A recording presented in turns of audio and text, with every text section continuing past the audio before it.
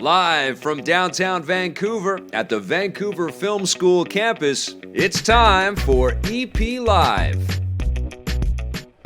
Hey, welcome to EPN. My name is Victor Lucas, and we bring you the latest in everything cool. It is Wednesday, and we are going to have a fantastic episode for you. Wednesday, August 14th is a very busy day, it feels like. Lots of big news hitting today. Embargoes breaking, like the Borderlands 3 information, which we're going to have some very soon for you in the show. And we've got a phenomenal guest that has come up to visit us here in studio. Josh Holmes from Midwinter Games is going to join me right here.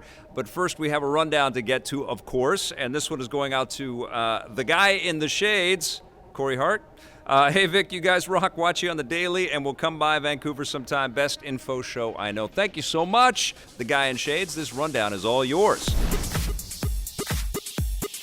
Now, EA is hoping that gamers are feeling the need for speed once again. The publisher has announced Need for Speed Heat, the latest entry in their long-running racing franchise. This time around, developer Ghost Games is introducing a sort of duality to the gameplay. During the day, you'll compete in legal races to earn money and customize your cars, but at night, you'll compete in underground races that will not only pit you against other drivers, but the cops as well.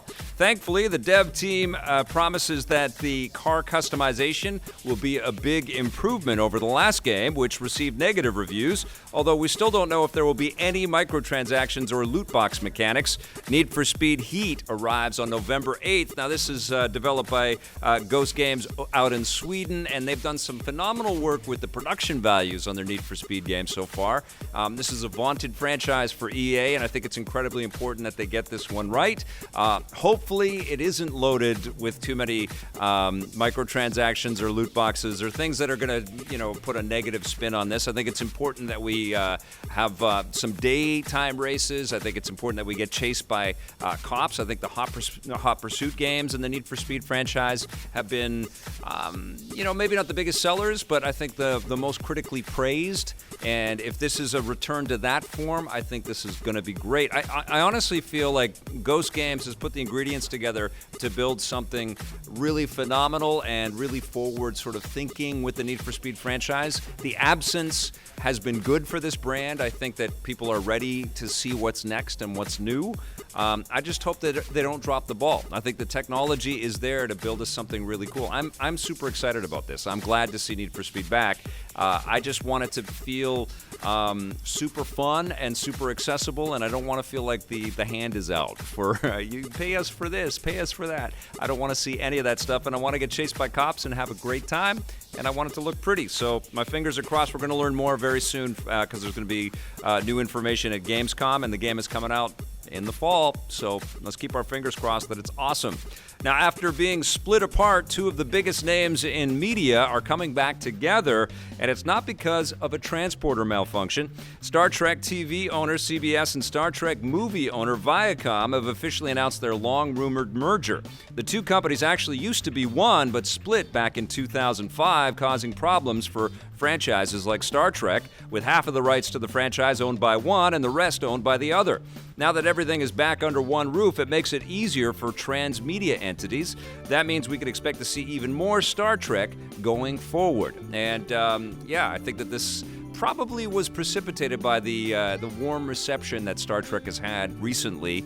I don't know if this is the magic ingredient there that got all of this stuff to move forward. Certainly, there's lots of properties under this huge umbrella here, but I think Star Trek fans could potentially be the big winners here as long as everybody plays nice, starts to put the right projects together. I know that Blake is still shaking his head because he's not a fan of Discovery, but we do have good things in the works. That Picard show looks amazing, and they're doing some animated stuff, and clearly Star Trek is important, and clearly, Marvel and Disney have kind of shown that if you pay the due respects to your properties like they have with Marvel and to some extent the Star Wars stuff, you can have crossovers in a bunch of different directions, and you can try to build your brand and your lore in lots of really interesting ways.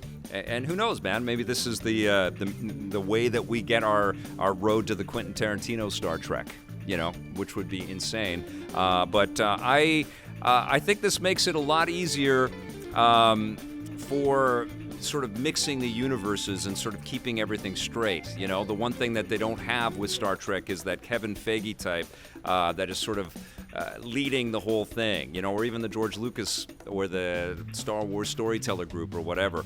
Now it's all going to be overseen presumably by one entity out there. So we'll see. They can certainly screw it up. Star Trek has been screwed up before, so we'll see. Hopefully this is going to be a good thing for the movies and the upcoming TV shows.